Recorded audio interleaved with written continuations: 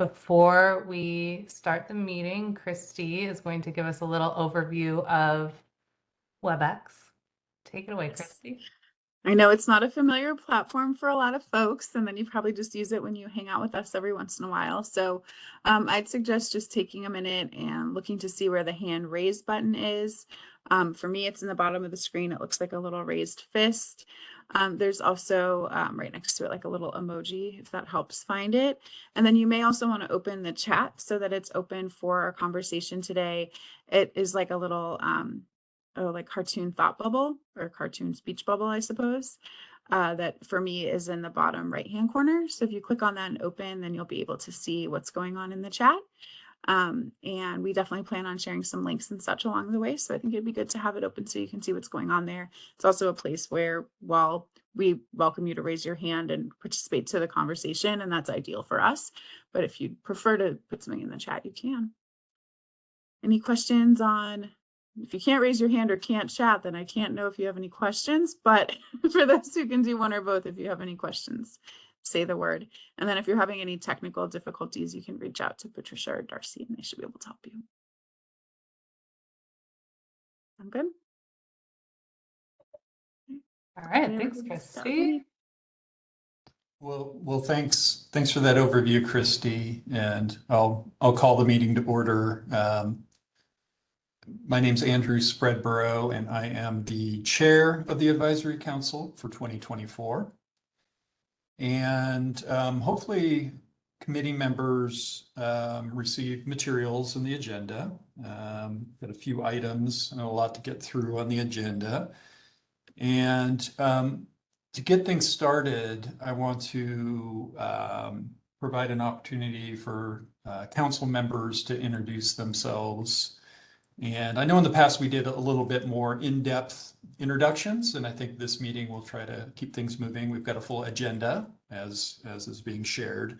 So I'd like to ask each of you to just introduce yourself, provide your name, organization that you work for or represent, and the geographic community or communities that you serve.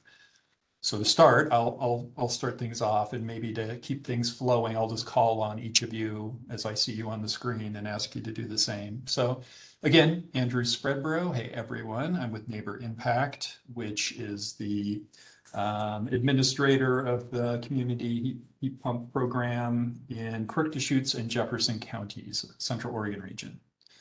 So that is me. And so again, I'm just going to go through in order as I see folks on here. And Alex, I have you up next.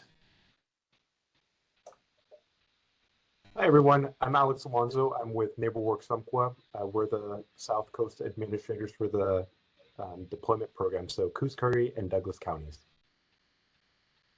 Thanks, Alex. Joy? Hi, everyone. I'm Joy Lark. I'm with the Illinois Valley Community Development Organization, also known as IVTNDU. We are located in southern Josephine County, and we are the regional administrators for Josephine and Jackson County. Thanks, Joy. And Molly? Good morning. My name is Molly Hatfield, and I am Senior Climate Justice Program Manager at Earth Advantage. And we administer the Community Heat Pump Deployment Program in the Metro, Mid-Valley, South Valley, Mid-Coast, and now North Coast regions. Thank you.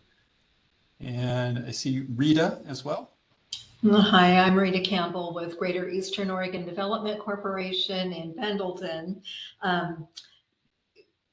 comfortably known as GEODC. It's way shorter. We represent 7 counties: Gillum, Grant, Harney, Malheur, Morrow, Umatilla, and Wheeler, working on the heat pump program. So we're a large district, the largest in the state as far as geographical regions. Great, thanks, Rita, and welcome. Welcome. I don't think we've you. seen you at a previous meeting, so I assume you're just starting your program, right? We are, yeah. Great. Okay, did I miss any council members? Okay, well, if folks pop in late, I'll try to provide them opportunity to introduce themselves as they come on. Before we move on to the agenda, I also want to just kind of reconfirm for folks, non-council members who are in the meeting here. You should all be on mute and won't be able to make comments. However, at the end of the meeting, we do have on the agenda a public comment period. So couple ways of making comments. If you're interested, you could either drop them in the chat at any time and we'll kind of keep our eye on that. And if it makes sense for us to address throughout the meeting, we'll try to. But if not, again, we'll have the opportunity for either verbal comments or chat comments if you're more comfortable just dropping in those comments. So welcome and thank you all for attending, all attendees. So with that, let's see, Advisory Council meeting logistics. Do we need to go over that again or? No, I think you mostly covered it. I think just if there's any technical issues, please just drop that in the chat and we'll work on getting those resolved. This meeting's being recorded and will be posted on the Community Heat Pump Deployment Program meeting website, as well as the meeting materials for this meeting. And yeah, share any questions or comments you have, attendees in the chat. And then at the end, as Andrew said, there'll be a period for verbal comments. Thanks, Caitlin. Okay, well, let's jump into the agenda and we're right on schedule so far. So great job, everyone. So up first, we have a program summary and Caitlin, I believe you were gonna take this item. Yes, I am. Thank you. And just an introduction, my name's Caitlin Lynch. I work with Odo and I am the program manager for the Community Heat Pump Deployment Program. And for those that don't know, the acronym is CHPDP and we call it CHIP-DIP. So just if you hear me say CHIP-DIP, it's about the program. All right, so we're happy to share that all program funding has been allocated. There are 9 program administrators for the 11 regions of the state and for 2 federally recognized Indian tribes. 2 regions, the Central Region and the South Central Region, have fully dispersed the incentives available in those regions. And the programs for the Burns Paiute Tribe and the North Coast Region are expected to begin accepting applications very soon. And then funding has been transferred to the Oregon Rental Home Heat Pump Program for the remaining 7 federally recognized Indian tribes for which an administrator was not identified. And those funds are available for use in rental units where members of those tribes reside. Any questions on that?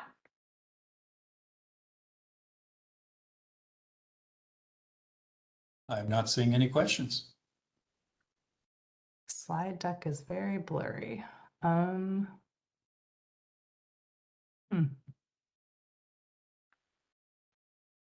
We will see what we can do about. Does that make any difference? They look clear to me, so we might just have like some sort of, oh, I guess it's better for the people that can see. Looks fine to me. Yeah. Yeah, the change you made it better. Okay, I closed the attendees, so maybe it zoomed it in a bit. All right, good. Thank you for that feedback. All right, so if there's no questions about this, then the only other thing I have right now is just a reminder for program administrators, update reports, including data from July 1st through September 30th, 2024 are due next Friday, November 15th.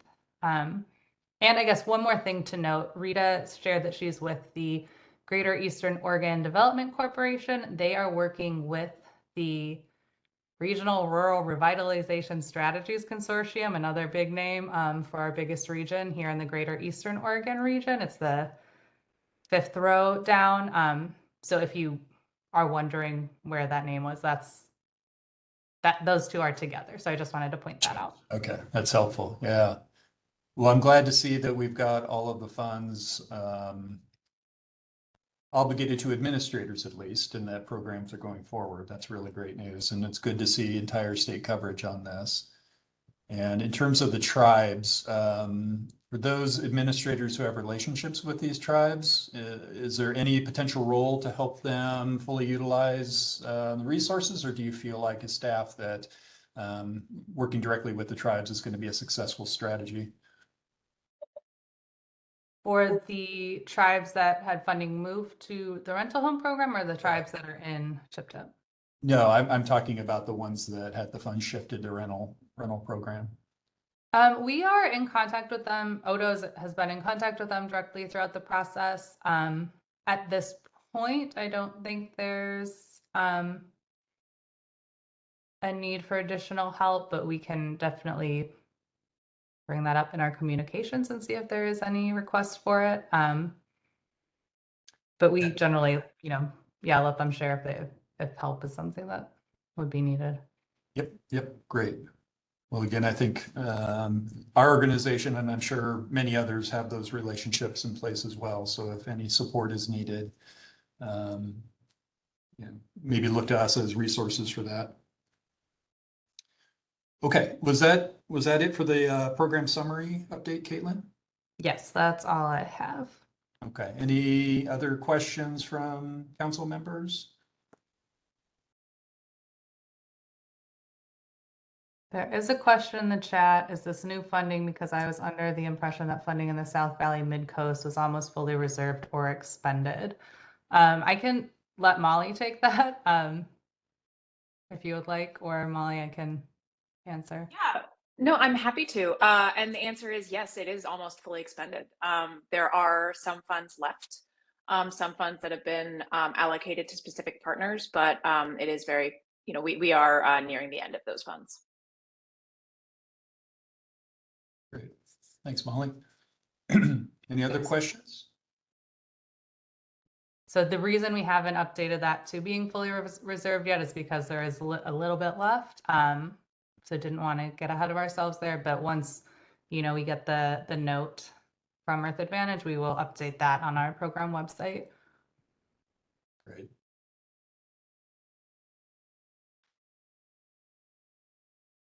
Okay. Well, thanks again, Caitlin, for that update. Good information. So let's shift to the next agenda item, which is program updates. And I think we had some updates related to rulemaking and legislative concept and others. So Caitlin, were you going to kick that off, or was Christy going to handle this one? Yeah, I'm starting it off, and then I will hand it over to Christy. Okay, thank you. All right, so just a few, as Andrew said, we have a few updates on the program for you. First, regarding a rulemaking, I know we've talked in this advisory council meeting before about various updates to the rules that we hope to make because the legislative session will be starting soon, or at the beginning of next year. Odo is planning on waiting until after that session for a rulemaking, or until after any bills related to the program are passed, because generally if there are changes made in statute, we will need to update the rules anyway. So rather than doing multiple rulemakings, which are a pretty long and involved process, we want to kind of capture everything at once. And since we don't know exactly what will happen in the session, we're kind of, waiting to see what changes will need to be made. So we are planning a rulemaking in 2025.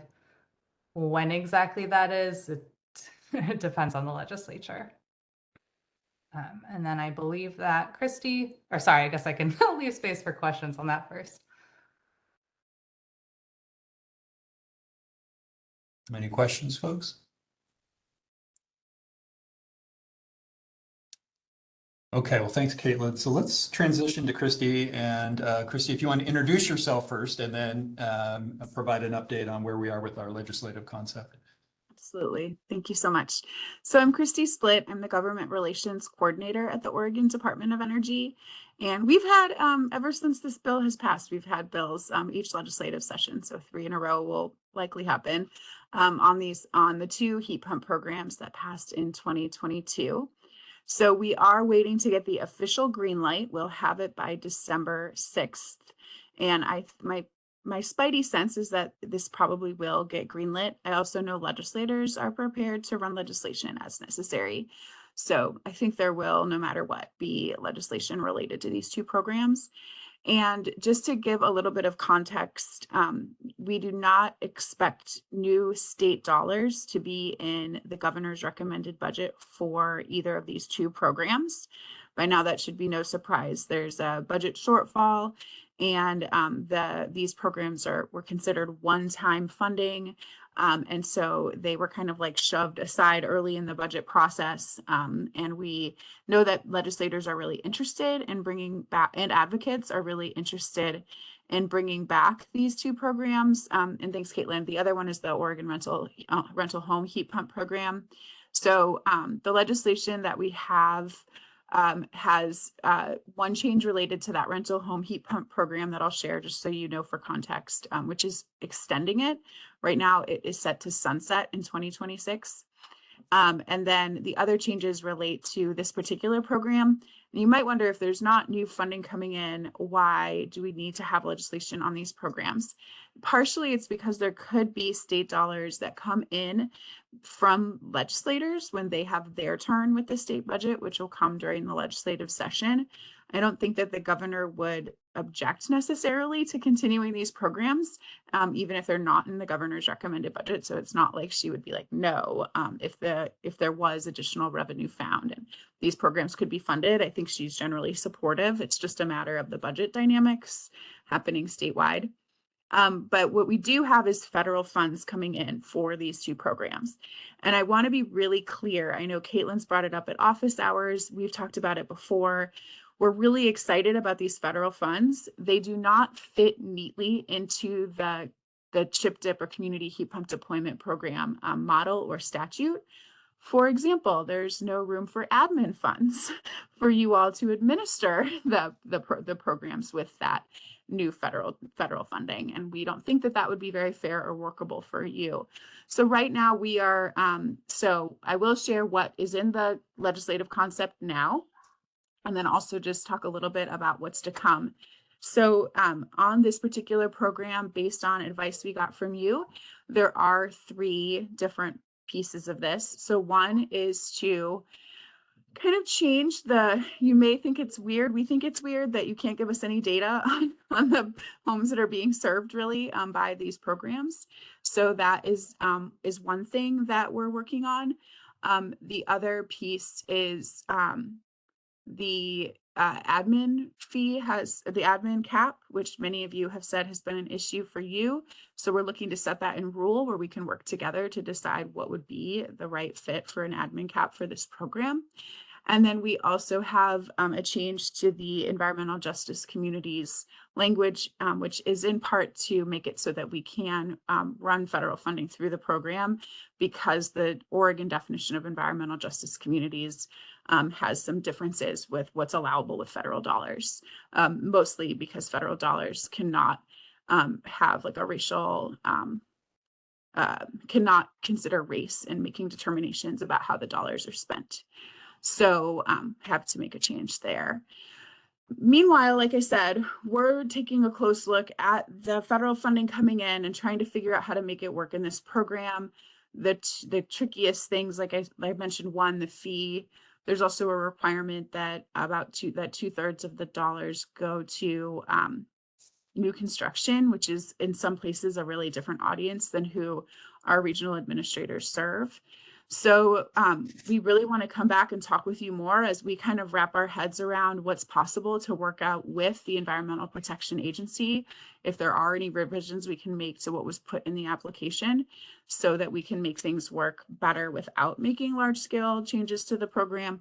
We may need to use the statute to make changes to the program to make it work. So really, doors open if anyone wants to talk about this offline more. We'd love to hear from you, and then the office hours, and then later public meetings. I'm sure we'll have more discussion on this. The timeline for the legislature is that, like I said, we'll get a green light on this legislation in early December, and then the legislative session starts on January 21st. If we do need to make changes to this program in order to make the federal funding go, then we may need to have kind of a rush order on this legislation, because we're supposed to release the first tranche of money for this program in April. So lots of work to be done to kind of figure out how to make it work. And like I said, we'll really want to hear from you as the people doing this work in the field to see what's possible. And I'm happy to take any questions, and Caitlin can remind me if I'm missing anything, because I feel like she was smart enough to like write down her remarks. I was not.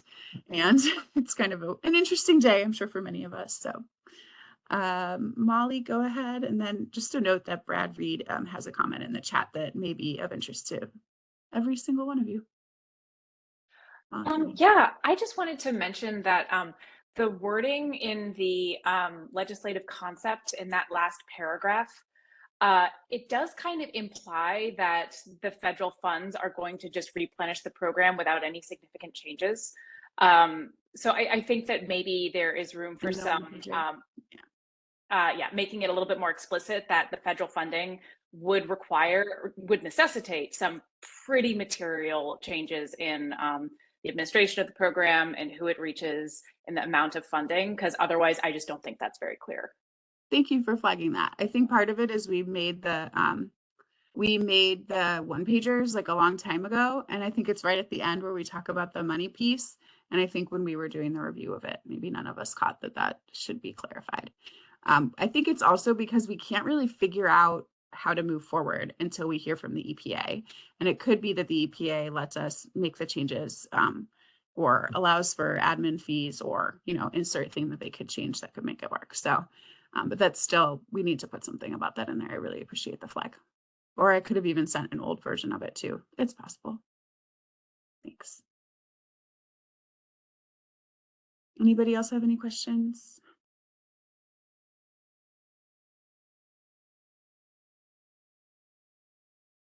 Not seeing any questions. I guess I have one question. Maybe it's self-evident, but in regard to the data, ability to provide more data, can you talk a little bit about the intended uses? I imagine it's reporting to the legislature on the outcomes of the program and other kind of purposes that are related to that. But can you provide some additional detail? Yeah, I think the biggest one for me personally is that we have been able to create maps of where these dollars are going, or to provide information like, oh, hey, City of Bend, you've had this many heat pumps installed as a result of this program. We will not be able to provide any of that data. We cannot tell a legislator how many installs were done in their districts because we have that prohibition on collecting that data. And we've really, really benefited quite a bit, we feel like, from being able to tell a story about the programs that we have when we can talk about the results on the ground, and having to talk about those results on the ground in like chunks that don't really make sense. We need to be able to get that.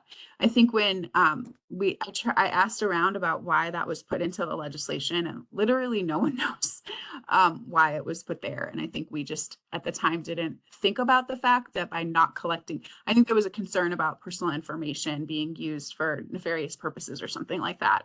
But by not being able to get any of that data, it puts us in the position of not being able to report on it. And also, we collect personal data like at the household level for our solar rebate program. That data is protected. About the rental home heat pump program, that data is protected. Nothing nefarious is happening with people's home addresses or anything, right? So it just doesn't match up with reality that there's like a protection there that's necessary. We're able to keep that information protected as it is. Yeah, makes sense. And then, we're getting a question about the new federal administration. So, I mean, I want to be like extremely clear that the president-elect has said as recently as September, it was pretty well covered in the press, that he intends to get the funds that were put toward the Inflation Reduction Act.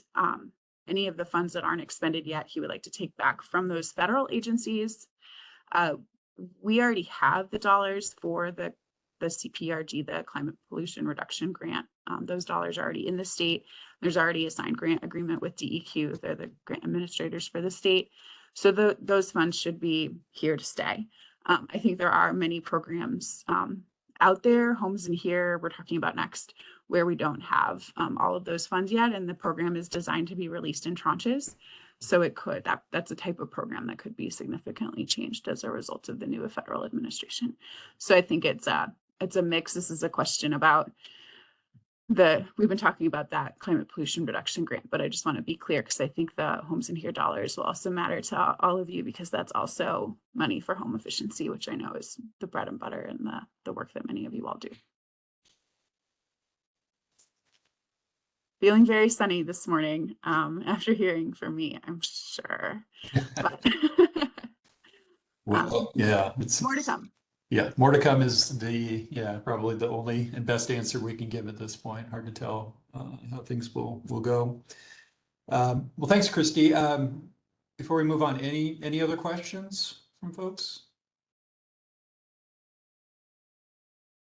Not seeing any. Well, thanks for your work on this, Christy and team, and look forward to having this introduced in the upcoming session. So. Okay, let's see here. So our next agenda item related is I asked this to be added to the agenda. I saw this Homes in Here program announced recently, and I thought it would be of interest primarily to council members, but I assume as well just for our attendees to this meeting,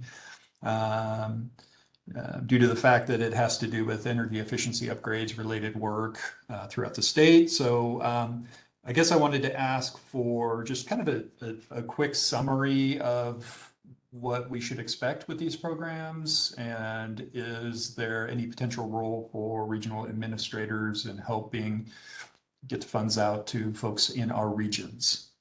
So I think, for my notes, Caitlin, were you going to cover this item? Yes.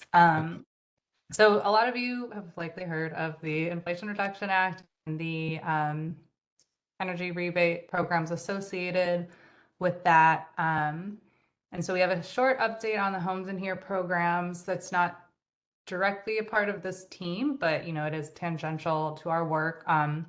So these are 2 home energy rebate programs through the Federal Inflation Reduction Act. And they will provide financial incentives to single family and multifamily households for eligible high efficiency home improvements, appliances, and equipment. So it could be something like heat pumps, similar to Chip Dip, or other, very efficient appliances. The implementation of these programs is going to be similar to the way that Chip Dip works, and that there will be program implementers similar to program administrators who will work in different service areas in the state to implement the programs.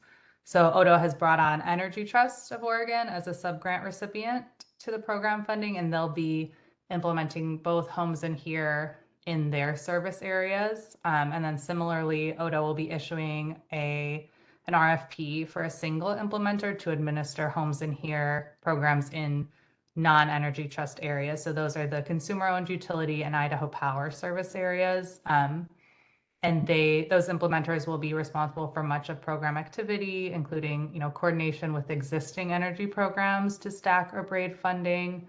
And the details of how exactly each implementer will work with community-based organizations in their service areas is still kind of in development. But it's the way I've been thinking of it, it's a very similar setup as to how Chip Dip is set up, with the administrators working in the different areas to get the funds out to work with community-based organizations to make sure that folks are getting access to the programs.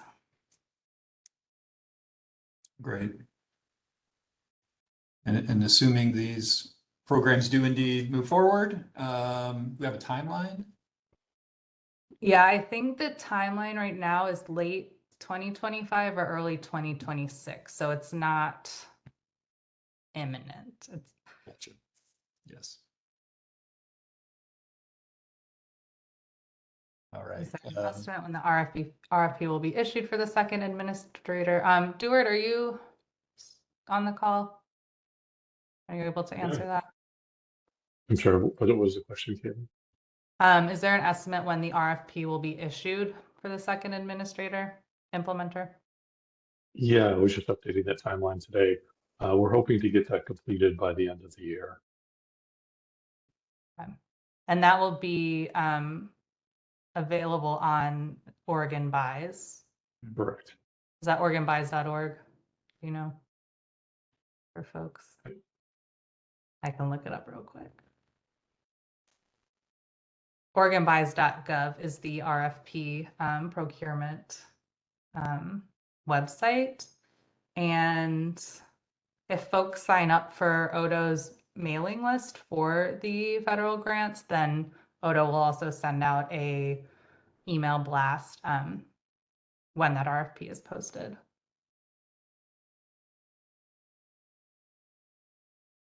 Great. Other questions, folks?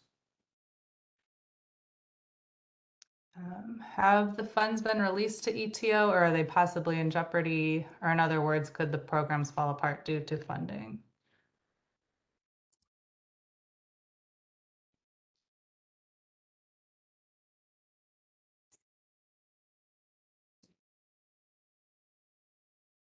I think this is kind of similar to what Christy was saying about.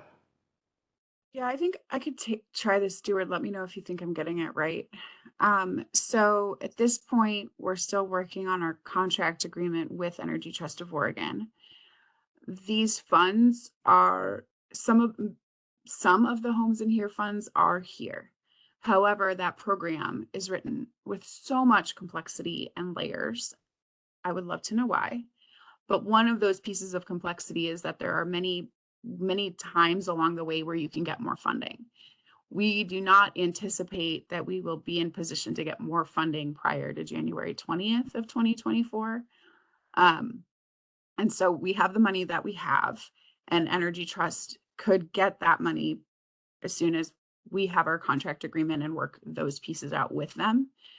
It's just a matter of how much of the, up to 113 million we'll be able to get in our hands before it becomes impossible to get any more funding from that program because of its design. Hopefully that helps. So the programs will likely happen. It's just a matter of how much money there'll be in them and how long they can last.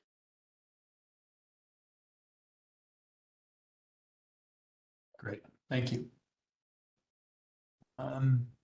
Not seeing any other questions, so thank you, Caitlin and Duard and Christy, for that update. Really helpful. Okay, let's move on to the next agenda item, and that is election of council chair.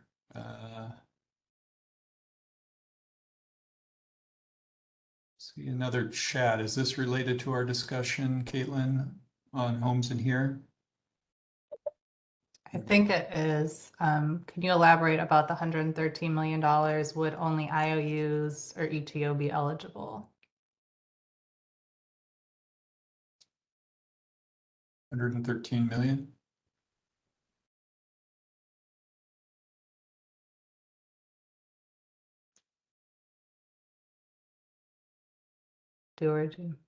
Yeah, so the 113 million is the total, including all. So the funding is released in phases or tranches. The 113 million is the total for both the Homes in Here programs across all tranches. So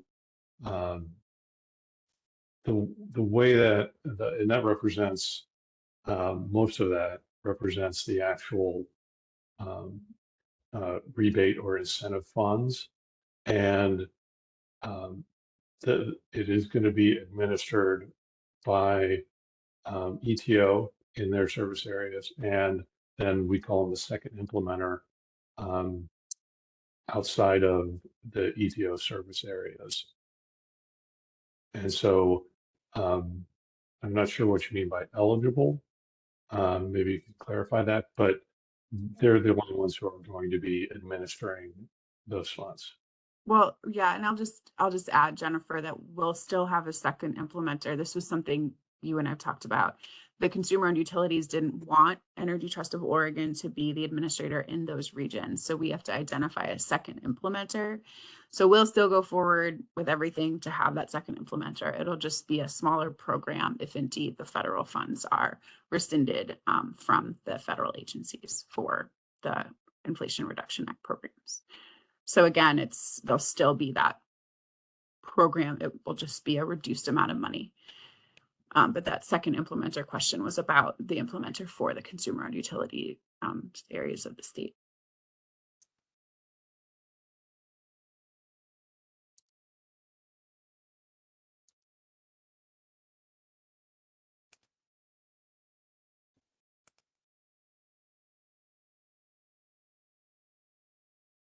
Dennis had a question that someone else may be able to handle. It might just be a comment. Like a comment, yeah. Thanks for sharing, Dennis.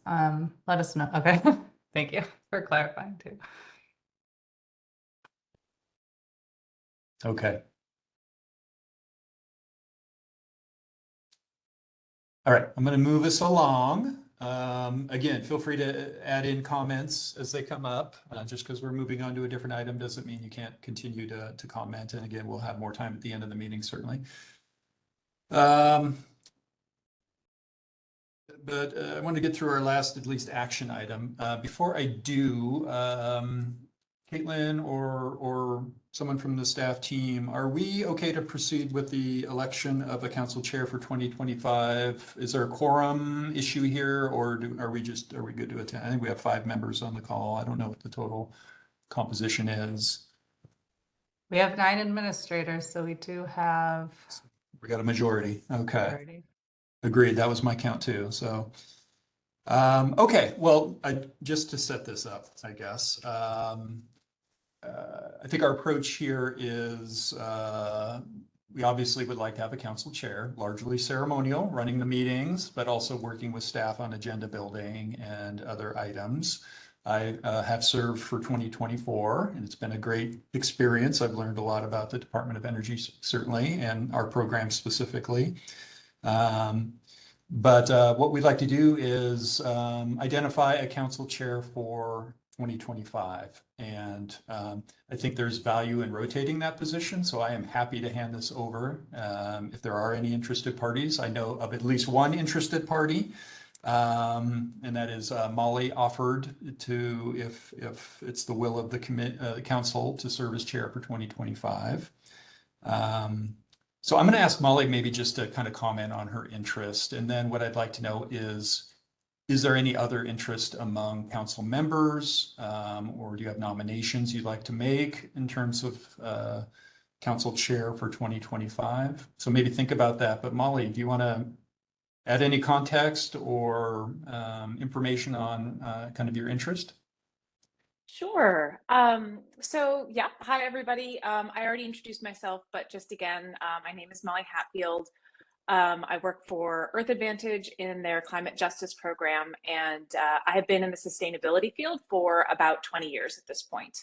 I've been at Earth Advantage for a little over a year administering Chip Dip, and then the other program that we administer is the Cooling Portland program, which provides portable heat pump equipment to vulnerable communities within the city of Portland. And prior to this work, I was a sustainability manager at Bonneville Power Administration. As to why I'm interested in this role, I am just very excited to take a more active role in Chip Dip and strengthen relationships with the community, with Odo, and with other administrators. That's a very cool prospect to me.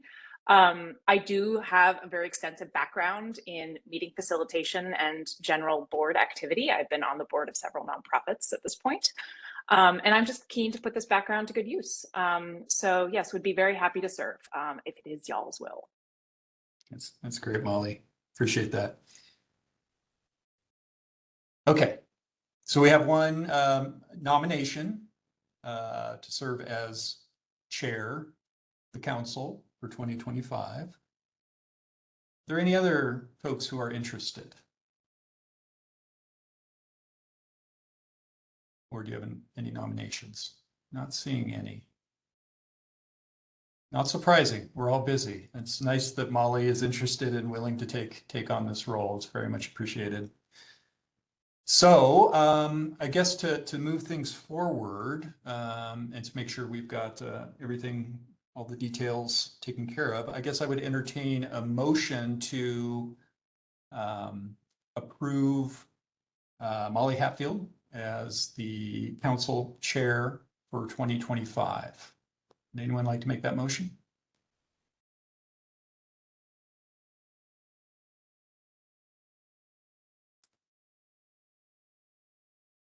Any council members? I'll make that motion for Molly Hatfield to be the chair. Okay, was that Joy? Yes, it was. Okay. And do we have a second? I'll second that. Okay, thanks, Alex. So we have a motion and a second to appoint or elect, whatever terminology, Molly as the chair. Any other discussion? Okay, I'm going to go ahead and call for the vote. All in favor of Molly serving as chair for 2025, either raise your hand or say aye.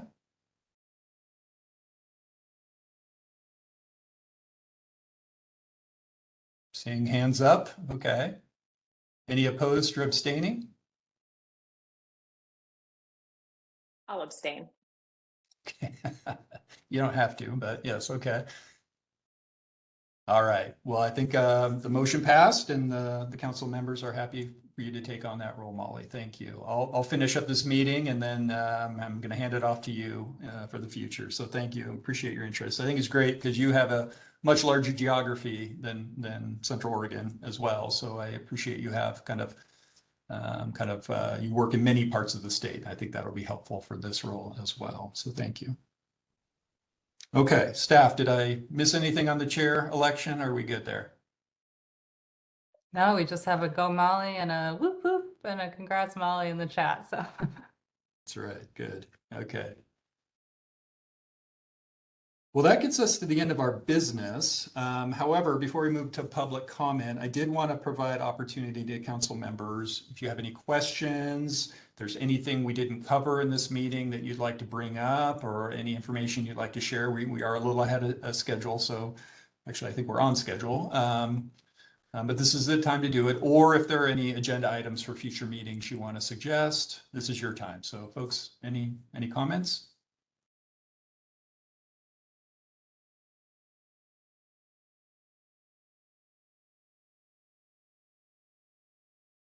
Not seeing any.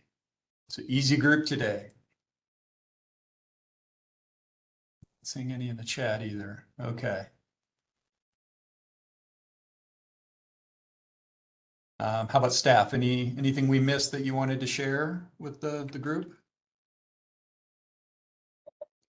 I don't think we've missed anything. Just as always, I'll put our email up on the screen there.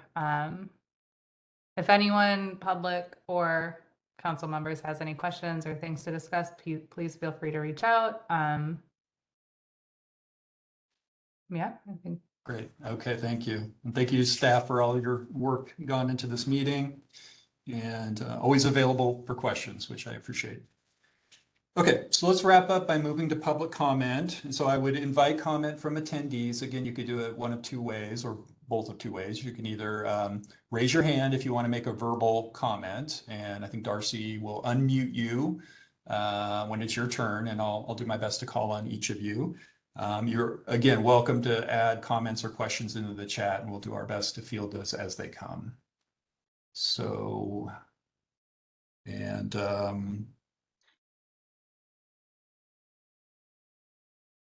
think that's our process. So let's see here. See if I see any hands up.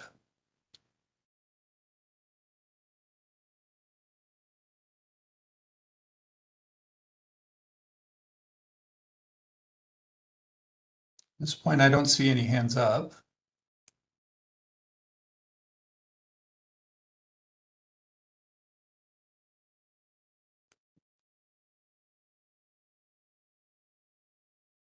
So that means we covered everything, right? I guess so. Okay, well, let's not belabor it. Last call for questions or comments. Okay. Well, with that, I wanted to, again, thank staff for putting this together and the information you shared. Thank you to council members for joining and for all the great work you all do in your own communities. And really appreciate the spirit of working together that this council embodies. Want to thank other attendees for joining. Hopefully this information was helpful to you. And again, as Caitlin said, there you have an opportunity to ask questions at any time, submit comments, share information. And with that, unless there's anything else, then let's go ahead and adjourn. Yeah, and I'll just say the recording should be on the Odo website, hopefully within the next week, if anyone wants to revisit anything. Great. Thank you. Thank you, Andrew. Thank you all. Thank you. Have a nice day. Everyone.